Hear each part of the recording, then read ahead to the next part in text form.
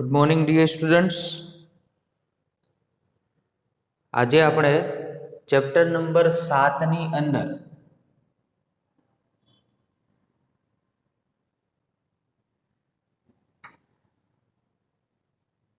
LCR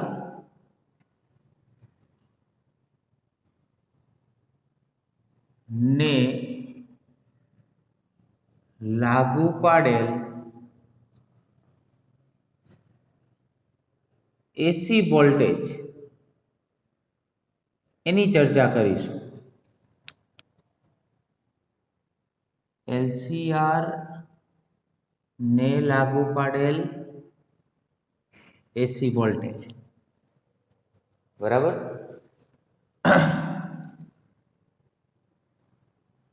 તો સૌ પ્રથમ તો અહીંયા આપણી પાસે અહીંયા અવરોધ,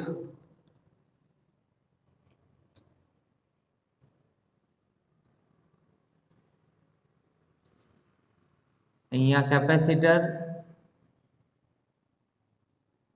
અને ત્રીજો ઘટક છે ઇન્ડક્ટર. અહીંયા કેપેસિટર અને ઇન્ડક્ટર, બરાબર. આ થયું આર, સી અને એલ. અહીંયા તમે દર્શાવી શકો એસી વોલ્ટેજ EEMF, બરાબર. હવે ત્રણેય ઘટકોને આપણે આમાં કમ્બાઈન કરવાના છે. અત્યાર સુધીની થિયરીમાં આપણે શું જોયું? એસી વોલ્ટેજ કોને લાગુ પાડ્યો? અવરોધને, પછી કેપેસિટર, ઇન્ડક્ટર. હવે ત્રણેયને એક શ્રેણીમાં LCR શ્રેણી પરિપથ જે છે એની અંદર આપણે એસી વોલ્ટેજ લાગુ પાડ્યું, બરાબર.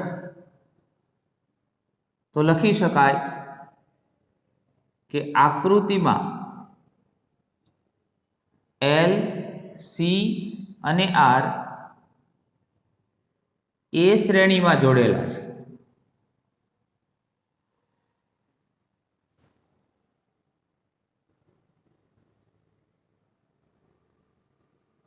આ ઘટકોને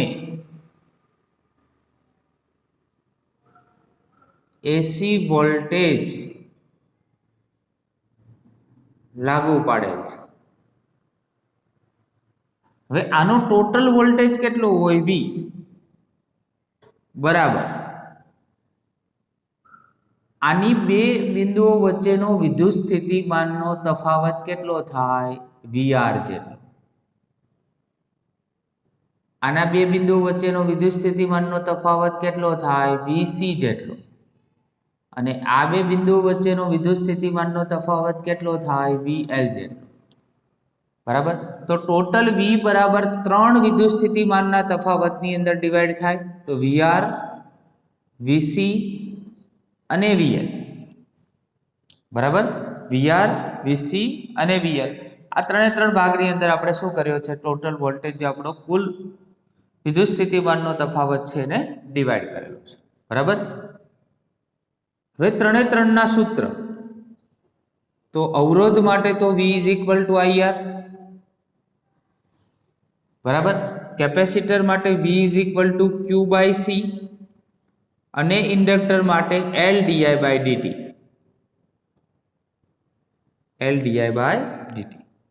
તો કુલ વિદ્યુત સ્થિતિમાનનો તફાવત કાં તો કુલ વોલ્ટેજ બરાબર ત્રણેયમાં જે ડિવાઈડ થયેલો વોલ્ટેજ છે ને આ સ્વરૂપે આપણે આપી શકીએ, બરાબર. હવે બીજો પ્રશ્ન છે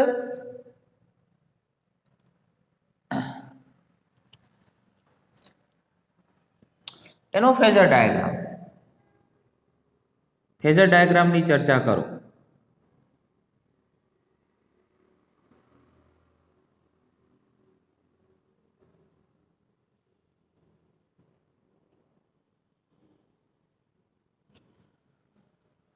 તો ફેઝર ડાયાગ્રામની અંદર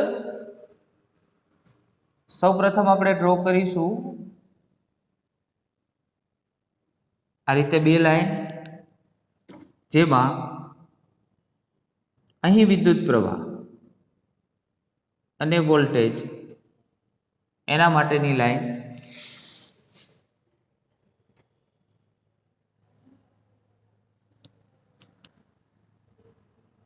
અહીંયા હું લખું છું VR એટલે અવરોધ માટે છે. અવરોધ માટે આપણે જાણીએ છીએ કે વિદ્યુત પ્રવાહ છે એ અવરોધ છે, બરાબર, એને રિલેટેડ જે વોલ્ટેજ છે એને શું કરે છે, ફોલો કરે છે. એટલે બંને વચ્ચે કળા તફાવત કેવો હોય, શૂન્ય, I અને V વચ્ચેનો. એવી રીતે ઇન્ડક્ટર અને કેપેસિટર માટે પણ આપણે ડ્રો કરી શકીએ, બરાબર. તો એક લાઈન અહીંયા આપણે ડ્રો કરીએ છીએ અને એક લાઈન અહીંયા આપણે ડ્રો કરીએ છીએ. પહેલાં એક કામ કરીએ, આપણે કેપેસિટર માટે બતાવીએ. તો કેપેસિટર માટે જ્યારે આપણે એસી વોલ્ટેજ લાગુ કર્યો ત્યારે જણાવેલું કે વિદ્યુત પ્રવાહ છે એ વોલ્ટેજ કરતાં 90 ડિગ્રી જેટલો આગળ હોય, લીડિંગ કરે છે. વિદ્યુત પ્રવાહ વોલ્ટેજ કરતાં 90 ડિગ્રી આગળ, એટલે એ બેનો ફેઝ બની ગયો, બરાબર. એવી જ રીતે ઇન્ડક્ટર,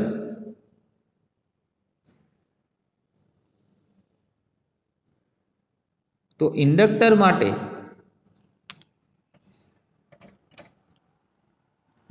માટેનો ડાયાગ્રામ આપણે ડ્રો કરવો હોય તો અહીંયા પણ 90 ડિગ્રી છે એનો ડિફરન્સ. આ વોલ્ટેજ કેટલો થશે, VL જેટલો.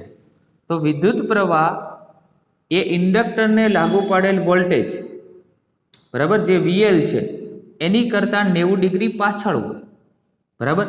તો ઓવરઓલ એક લાઈન તમારી VCની નીચેની સાઈડ બને, અહીંયા શું બને, VLની લાઈન તમને ટોટલી જોવા મળે, બરાબર. અને જે આ ખૂણો બને છે, બરાબર, જેને ફેઝ કહેવાય, આ ફેઝ ઓમેગા ટી પ્લસ ફાઈના સ્વરૂપમાં તમને જોવા મળે. તો આ ત્રણનો કમ્બાઇન્ડ ડાયાગ્રામ થયો. આમાં V અને I બંને એક જ રેખામાં હોય અવરોધ માટે, VC નીચેની સાઈડ, VL ઉપરની સાઈડ, બરાબર. તો ફરી એકવાર આપણે આ ડાયાગ્રામ પરથી 2-3 પોઈન્ટ લખી દઈએ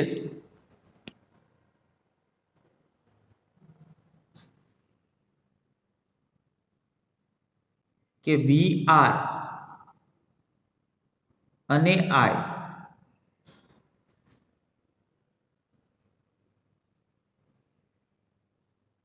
એક જ રેખામાં હોય છે, એટલે કે તેનો કળા તફાવત શૂન્ય હોય.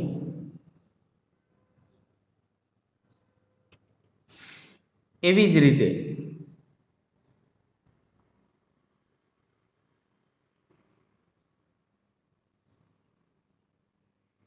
કેપેસિટર માટે I એ VC કરતાં 90 ડિગ્રી આગળ હોય છે.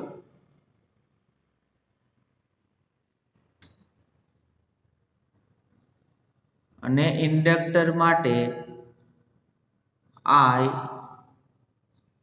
એ VL કરતાં 90 ડિગ્રી પાછળ હોય છે. ક્લિયર? તો આ ફેઝર ડાયાગ્રામ એના ઉપરથી આ રીતે કહી શકાય. હવે લઈએ એના ફેઝરના કંપ વિસ્તાર. કંપ વિસ્તાર માટે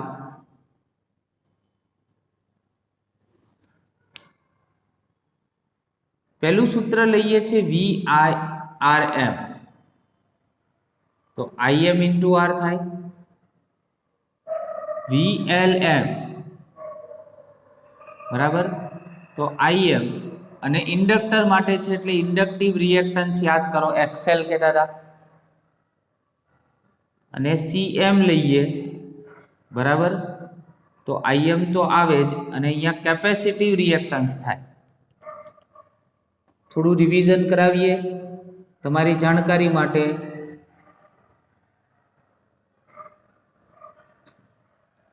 ઇન્ડક્ટિવ રિએક્ટન્સ જેનું સૂત્ર ઓમેગા એલ હતું અને કેપેસિટિવ રિએક્ટન્સ જેનું સૂત્ર 1/ઓમેગા સી હતું. બંનેનો એકમ એક સરખો જ થાય, એ અવરોધ જેવું જ કામ કરે અને બંનેના એકમ છે એ ઓહમના સ્વરૂપમાં હોય, એ અવરોધ જેવું જ કામ કરે છે. પરંતુ આપણે એસીની જ્યારે વાત કરીએ ત્યારે એમાં રિએક્ટન્સ શબ્દ આવે અને ડીસીની વાત કરીએ ત્યારે અવરોધવાળી સર્કિટની અંદર આપણે એને આર વડે દર્શાવતા હોઈએ છીએ. બરાબર? તો આ થયું આપણે એનો દરેકનો કંપ વિસ્તાર. બરાબર? એના માટેનું સૂત્ર. હવે ફરી એકવાર આપણે સૂત્ર ટોટલ વી બરાબર તો જાણીએ છીએ. તો વી ઇઝ ઇક્વલ ટુ શું હતું? તો V R plus V L અને પ્લસ વીસી.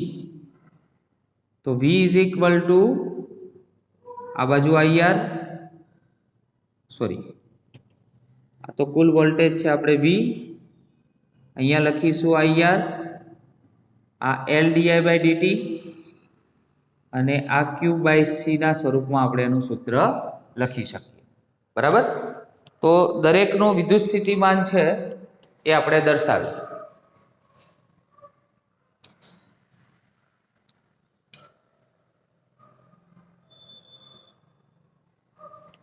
હવે આજે આપણે સ્વરૂપ દર્શાવેલું છે, બરાબર, એમના સ્વરૂપમાં. તો એના માટેનો આપણે આલેખ ડ્રો કરીએ. બરાબર? અને આલેખ કઈ રીતે ડ્રો થાય છે એ સમજીએ. તો સૌપ્રથમ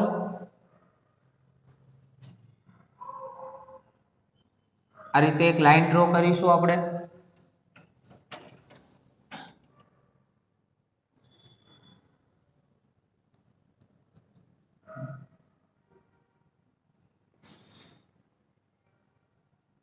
એક નીચેની સાઈડ આ રીતે લાઈન જશે.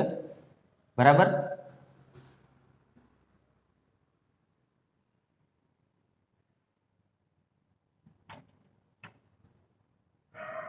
પછી આ રીતે એક ઉપરની સાઈડ લાઈન,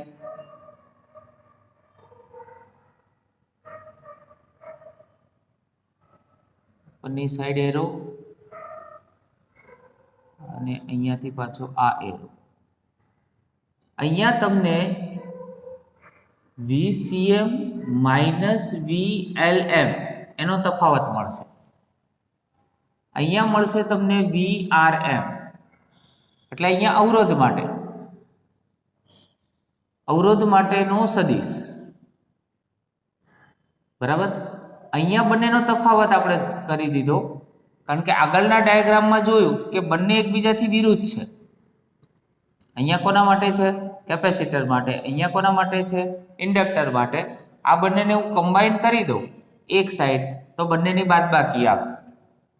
એટલે અહીંયા આપણે દર્શાવી દીધું, આ જે સદિશ છે એને આપણે દર્શાવી દીધો VCM માઇનસ VM, અને અહીંયા સુધીનો જે આ તમને આપેલું છે એને આપણે ટોટલ VM ના સ્વરૂપમાં કહીએ. આ જે ખૂણો બને છે એને ઓમેગા ટી કહો, અને આ જે ખૂણો બને છે એને આપણે ફાઈ કહીએ. તો omega T plus phi overall આપણે માટે સદિશ બની ગયો. બરાબર? હવે નીચેની સાઈડ અહીંયા જે તમને સદિશ આપણે દર્શાવેલો છે એમાં પણ સેમ થશે. અહીંયા VC પ્લસ શું થઈ જશે? VL. બંનેનો સરવાળો થશે. બંનેને આપણે કમ્બાઈન લીધા છે એટલા માટે.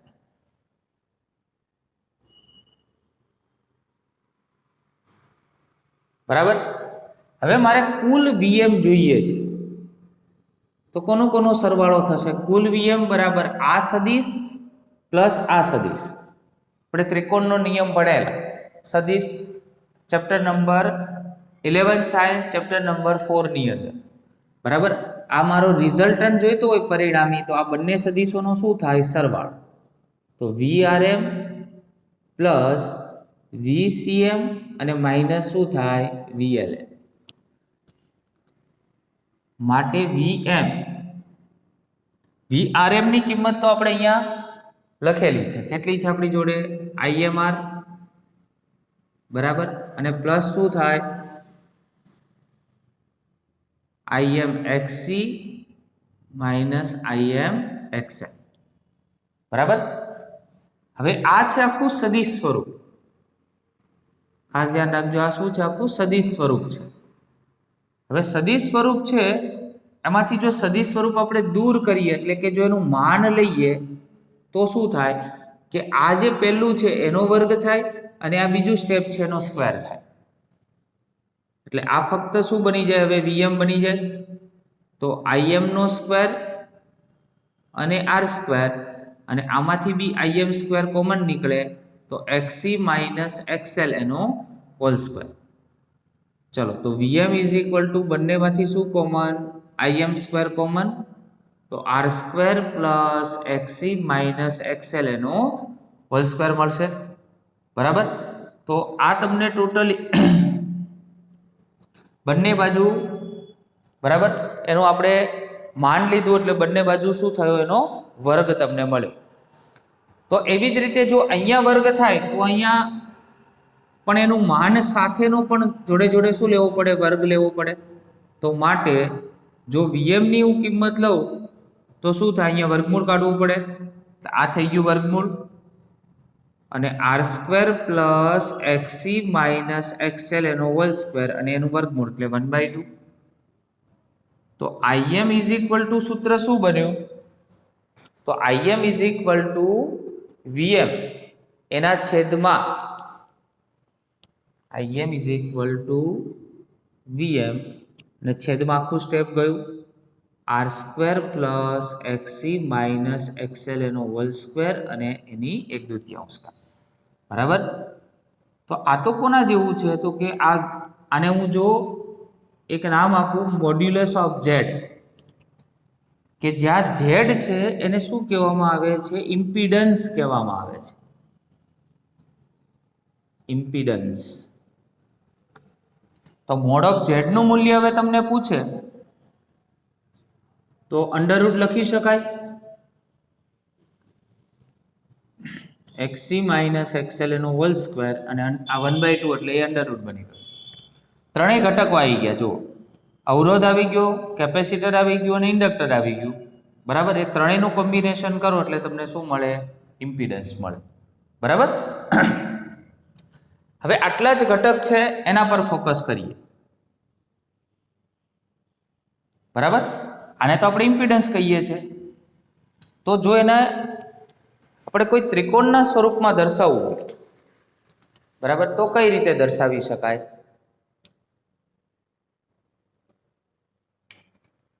તો ફરી એકવાર અહીંયા હું ઇમ્પિડન્સ એનું સૂત્ર લખું છું મોડ્યુલસ ઓફ Z બરાબર શું થાય under root of R square plus XC minus XL એનો હોલ સ્ક્વેર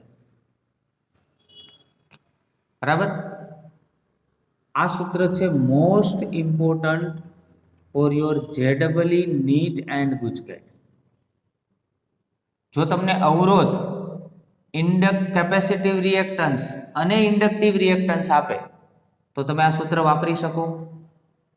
ઘણીવાર આ સૂત્રને આ રીતે પણ યુઝ કરી શકાય છે અંડરરૂટ ઓફ R સ્ક્વેર. જો ઇન્ડક્ટિવ સર્કિટ હોય તો XL ને આગળ લઈ દેવાના, આ કેપેસિટિવ સર્કિટ કહેવાય કારણ કે કેપેસિટિવ રિએક્ટન્સ આગળ છે અને ઇન્ડક્ટિવ રિએક્ટન્સ પાછળ છે. જો ઇન્ડક્ટિવ સર્કિટ હોય તો આને XC ને શું કરવાનું આગળ લઈ દેવાનું બરાબર. તો આ બંનેમાંથી ગમે તે વાપરો કારણ કે જો અહીંયા વર્ગ છે તો હું આને આગળ લાવીશ તો માઇનસનું શું થઈ જવાનું છે પ્લસ જ થઈ જવાનું છે, વર્ગ છે એટલે કોઈ ફરક પડવાનો નથી બરાબર. એટલે બંનેમાંથી કોઈ બી સૂત્ર તમે વાપરી શકો, પણ આ કન્ડિશન ક્યારે કે જ્યારે XC ગ્રેટર ધેન કયું હોય XL, અને આ ક્યારે તો XL ગ્રેટર ધેન શું હોય XC હોય ત્યારે.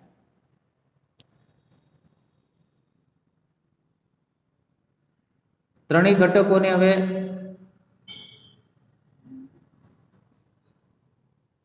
કાટકોણ ત્રિકોણના સ્વરૂપમાં દર્શાવીએ તો ઝેડ એ આપણો પરિણામી સદિશ છે.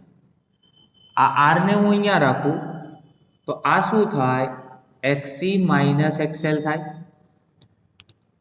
અહીંયા 90 ડિગ્રી, આ ABC અને અહીંયા ફાઈ ફેઝ.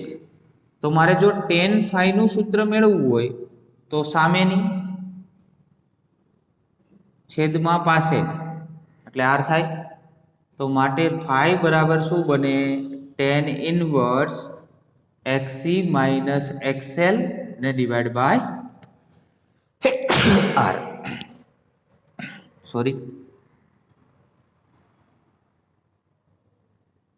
આને કહેવાય કળા. તમને કળા પૂછે તો આ સૂત્ર વાપરવું, અને શબ્દ એવો વાપરે કંપ વિસ્તાર. આ ઝેડને એનો કંપ વિસ્તાર કહેવાય, તો આ સૂત્ર વાપરવું. બરાબર. બંને સૂત્રો JEE નીટ અને ગુજકેટના MCQ માટે પણ બેટા બહુ બરાબર ખૂબ જ ઇમ્પોર્ટન્ટ છે, અને વ્યવસ્થિત રીતે આપણે એને તૈયાર કરવાના છે. બરાબર. તો આજે આપણે શ્રેણી LCR એને AC વોલ્ટેજ લાગુ પાડ્યો અને એના માટેના જે સૂત્ર હતા એની વિશેની આપણે ચર્ચા કરી. કે થેન્ક યુ વેરી મચ.